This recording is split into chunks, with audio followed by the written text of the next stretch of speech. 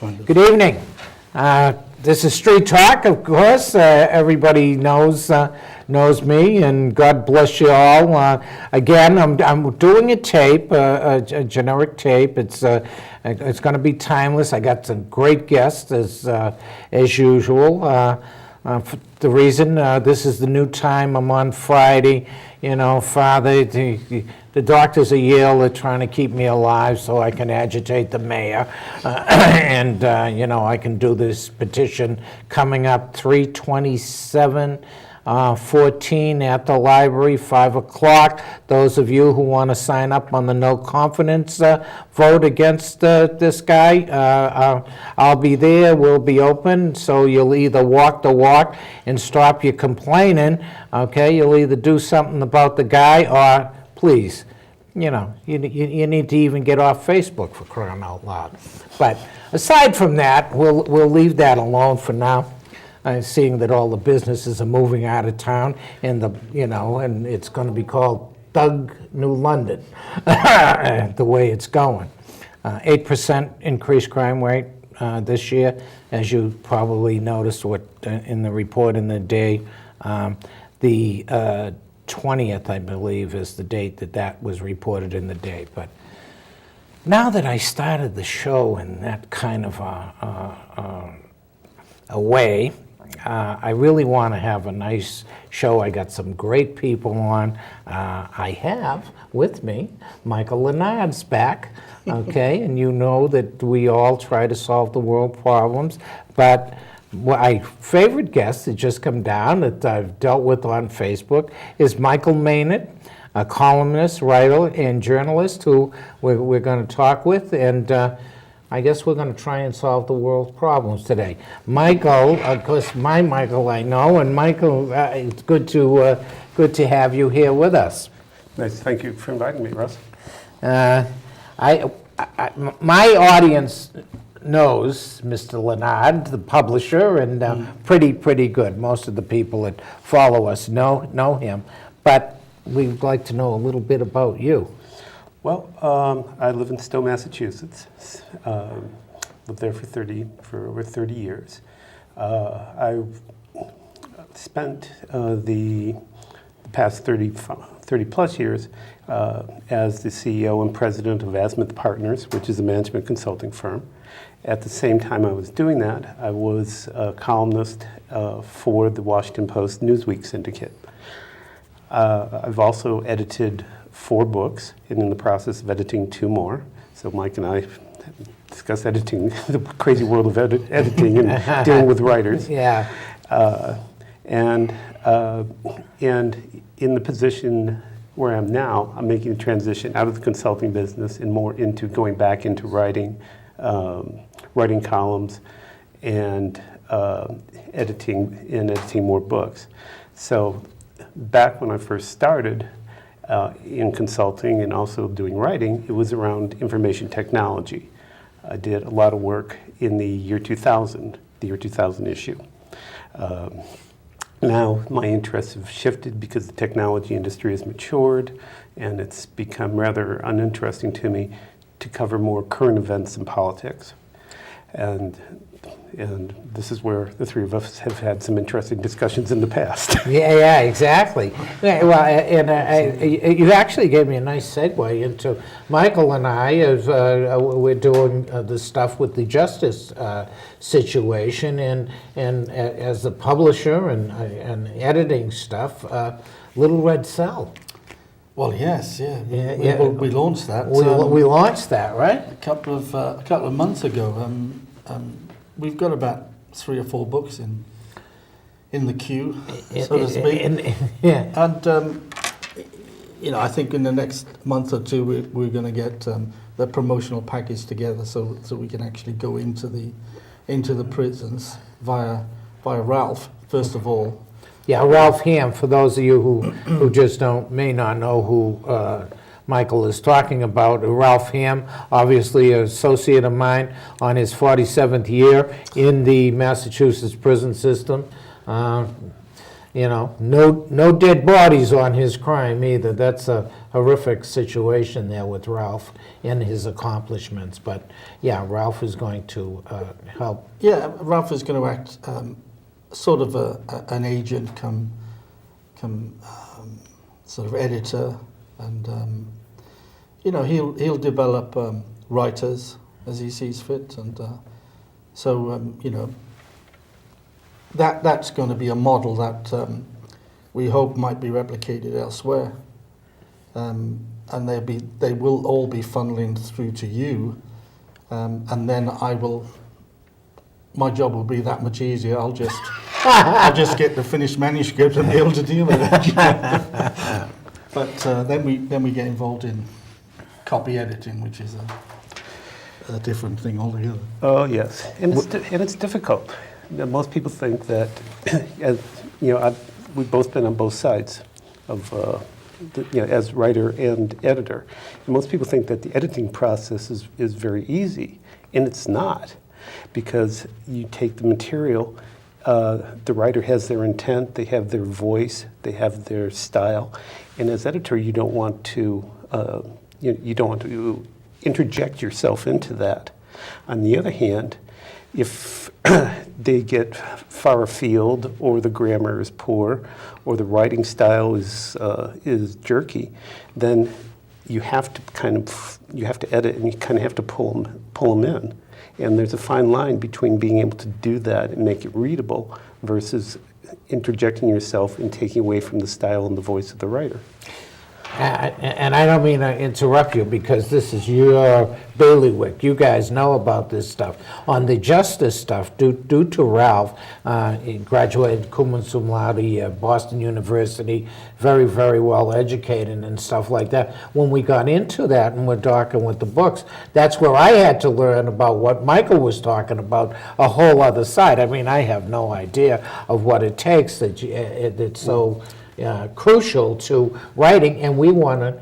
The situation in the justice thing is not self-publishing type of stuff. We want to put out real, legitimate, if you will, books.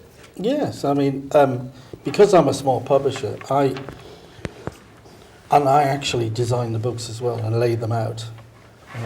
So I actually, not only do I see the raw material as it comes in and start, editing from a conceptual point of view, and then editing from a sort of copy editing, so adjusting grammar and what have we. I mean, up to a point when one has to accept that certain writers have a stylistic, they have a style, and their grammar is not perfect. But the basics of all the words being spelt correctly and the commas in the right place. Even so, some people, they have a style, which is actually quite jerky and quite non-conventional. So, and that's okay, but if it's consistent and it goes throughout. But as a third-party reader, sometimes you've got to detach yourself and read it, and think how a member of the public might read it, and whether it flows, and whether it's whether it makes sense, or it's to the point that when you open a book, and I've dealt with this with the writers, is that you have like 2 minutes, and if the reader isn't engaged, then close the book and they go on to something else, or they go to Barnes & Noble or whatever. They open the book, they scan through it a little bit, and if they're not engaged very quickly, then it's not going to sell. Well, absolutely, and I'm involved in actually even further than that, further back from that. I'm looking at the cover. I'm looking at the cover to actually draw them in, and I'm looking at what's on the back, and that has to be, every word has to be counted. In terms of its value. Yep. It has to justify its existence being on the back of the cover, because most people will look at the cover, that will draw them in, they'll pick it up and immediately they'll switch it over, they'll look at the back.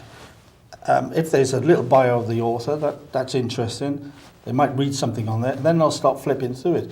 And just physically, people flip from the back to the front. you know, they do that, and then they come to the front, and then they read the first, maybe the introduction or something like that, and that first couple of paragraphs have got to be strong. They've got to be, you know. Well, you know, writers are an interesting breed. And I put myself into that quirky category, is that we all fall in love with, excuse me, we all fall in love with our own writing. And so the editing process is, how can you change this? Or what do you mean by that? But what we don't get to is the part of, we think everybody's going to want to read this. And you've got so many books on the book counter, and that it has, you know, from what you're saying, is it has to grab visual appeal, and it has to, and to get somebody just to pick it up. Even the title is crucial. See, I didn't understand this at all. We were talking about Ralph's poetry book. You know? Poetry. I wanted Tinderbox, his play. Absolutely, yeah. The 4-part play. So Ralph writes Manumission. They put out. Then he's got Tinderbox, and he's got a couple of. But Tinderbox is a 4-act play and stuff like that. I should have had the book. I got it outside too. What a shame. The cover, Ralph.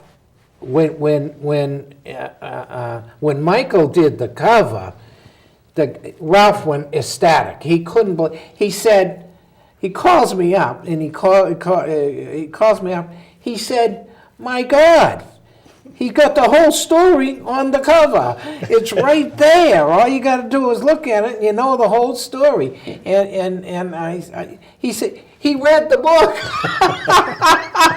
I said, he's the publisher. He said, yeah, of course he read the book. He said, oh, he can do whatever he wants with my stuff.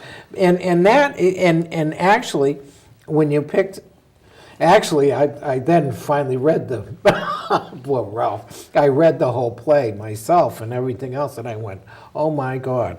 That cover is telling you what this whole thing is about, and it's attractive. I think it's, of course, I like it. And then, of course, you can talk about the poetry book, which is hard, which is really difficult, because you're talking prison. As soon as when I get a manuscript, I'm looking at the title. You know, leave aside the text. I'm looking at the title. What is the cover for that title? Mm-hmm. So therefore, when you got a title, The Stranger / The Wayfarer. Now, The Wayfarer, that's an anachronistic, word. Mm-hmm. That has sort of cultural and historical significance. It's almost like a troubadour, but it's like a peddler.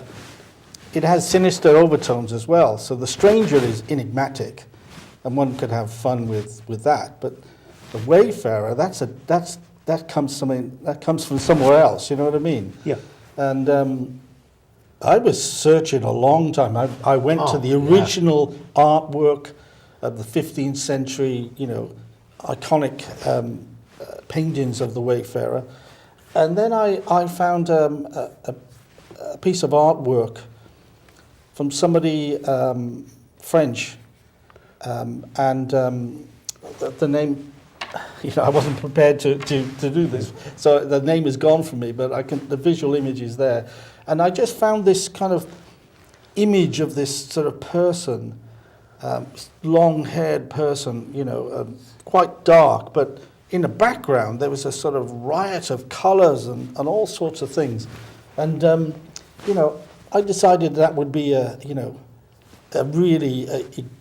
good sort of strong cover, great colours. And at the same time, I decided to move it over to the edge, so you only saw one eye.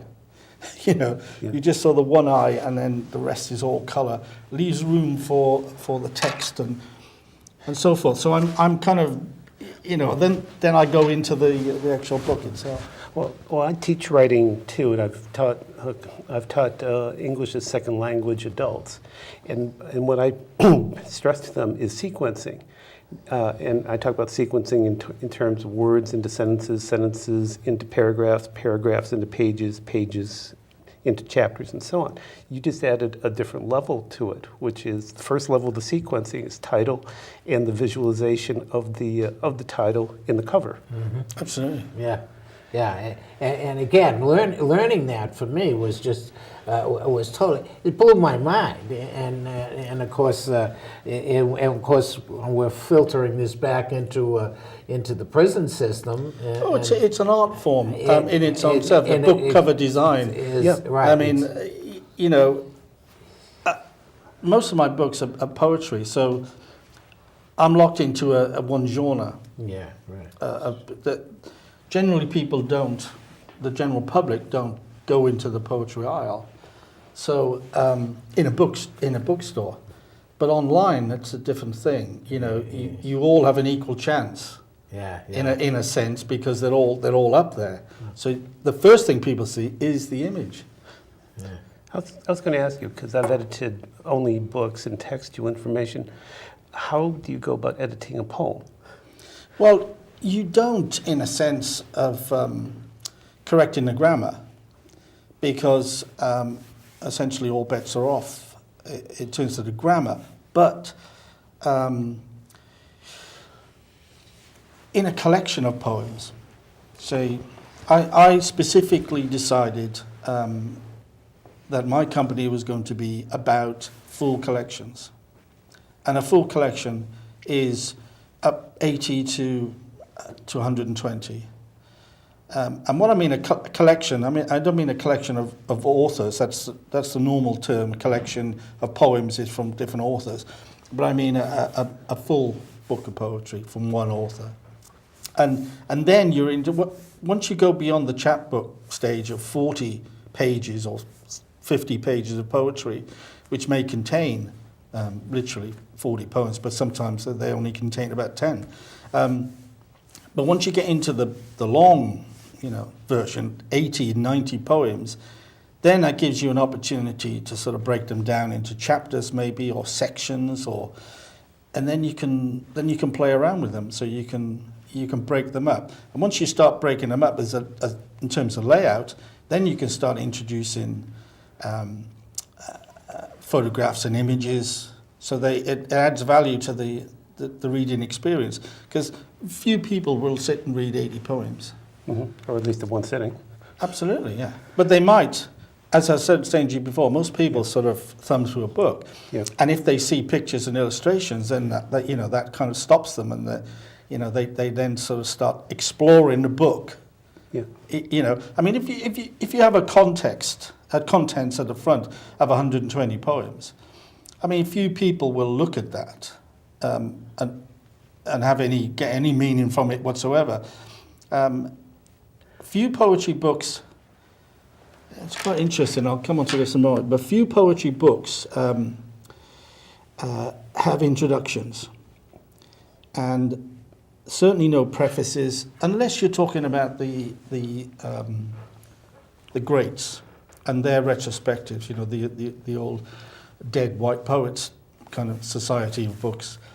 But you can have a collection of poems of 90 or 100 or even more, separate them into chapters, intersperse with photographs.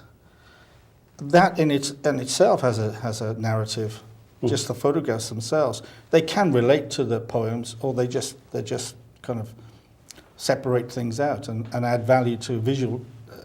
The introduction has a value. Some people miss introductions, but I like introductions, because whenever I pick a poetry book up and I'm reading the poems, I actually want to know about the poet. I want to know why these collection of poems are in this book. Was there any sequence? Why were they sequenced in a certain order? Some poets are absolutely, they have the whole thing controlled. They know exactly which poem goes after which one. Others are not really that concerned about it. But some people are absolutely concrete about where every word will fit in the page, and spaces. Spaces and how we're talking they about write quarter of an inch. If it's more than quarter of an inch, they might object to it, and that's the sort of myopic. But to look at the book from the outside, and to look at what we call the front matter and the back matter, I like notes, I like glossaries, I like indexes, I like things at the back which actually help, which assist, which inform, you know. So I mean, I'm one of these people that reads all the notes when I get a book, you know. Well, it's a different discipline. You're dealing with more artistic level people. With what I You take ownership of every word, you know. Mhm. Well, writers of factual information take ownership of every word too, but In a they're a little different more, sense. but in a different sense, and they're less concerned about those type of issues. They're more concerned about going about with the narrative and making sure the narrative sticks to their idea of how their story goes, and so sitting and editing it, you're reading and saying, is this in proper sequence? The flow isn't right. This chapter needs to be in front of this chapter, or going about laying it out within a chapter, that this should be the first chapter and build from there. It's the same, so there's less, I think there is less concern about the overall artistic value and more about the narrative value. And, Yeah. And it's just a different discipline. So I have some poets where I've read their poems, and you know, there might be one word that is slightly sort of, you know, unsettling in the whole thing, and I might sort of suggest an alternative for that. I mean, but you know, generally speaking, I mean, I allow the poet, who I consider to be artists, to express themselves in that, you know, in that poem, and if I have an unsettling feeling about more than a word or two in it, I might, you know, suggest, do you have an alternative, you know, poem, you know, because I mean, Jean Rive is a writer local writer, you know, who's prolific. I've published 5 books of poetry, and he has something like about 50 poems for the next book. He's an existentialist, so he comes from you know, French Camus and all the literary tradition of expressing yourself in the third person. So, you know, he would talk about the piano as you know, as wanting to be the piano because she played the piano. You know, you know, that's a sort of, you know, that's a third person in the you know, or the quality of the shadow. You know, yeah. Well, I'm in the beginning process of editing a book on Eastern medicine. This is a former ESL student of mine from China. And she is telling her story about how she came to the United States and started eating Western food and became very, very sick from it.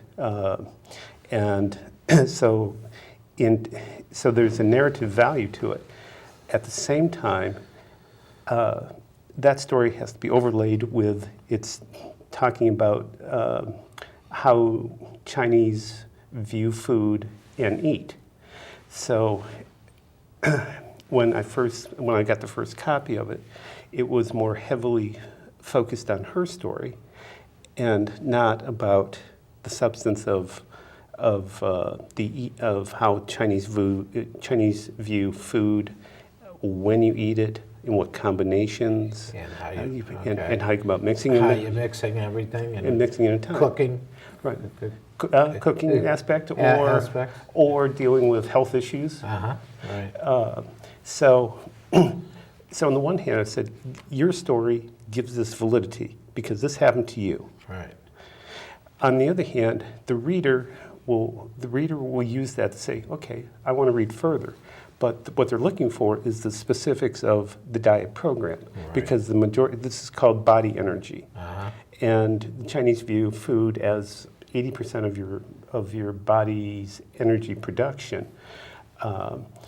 And so you have to walk the reader through so that they say, okay, I'll follow this program and see if it works for me. The trick is to do that and not take away from her story and her voice. In her voice. Well, it sounds to me, see, when you start talking about me, seems to come out of the spiritual efforts that are done there, out of the old traditions, which talked about, now right away, you grab me as soon as I want the book. because of, obviously, through theological studies and stuff like that, or religious study, you read about the ancient ways and the spirituality and how it developed over there. And one of the big things that a lot of people do not understand is food's a big, it's a big part of spirituality. Well, yes, in the book, in one of the early chapters that she had put farther in the back, we discussed yin and yang. Yin and yang. Yeah, which right. is the center of the circle, as they call it. Right. And if you don't understand that, then you don't understand the thought or the process of how you come to putting the dietary program together. Oh wow, exactly. So it's been interesting. We're in kind of like the fourth version of it, to watch her progress from it, because she viewed it originally, I think, as more of as a spiritual aspect of it, and each version retains some of that, but it's getting more and more specific and literal, because that's what a Western audience wants. Right, exactly. Interesting. So readership is part of it. Oh, absolutely, yes. Yeah. I'm very aware that the vast majority of people are exposed to poetry early on in life, and then they move away from it for lots of different reasons. And I'm interested as a publisher in putting as much value as I can into the book, so that it is valued as a book. And then it's a collection of individual poems. Yes, and so I have just 3 words, that I produce as a motto, as a kind of raison d'etre, so to speak, and that's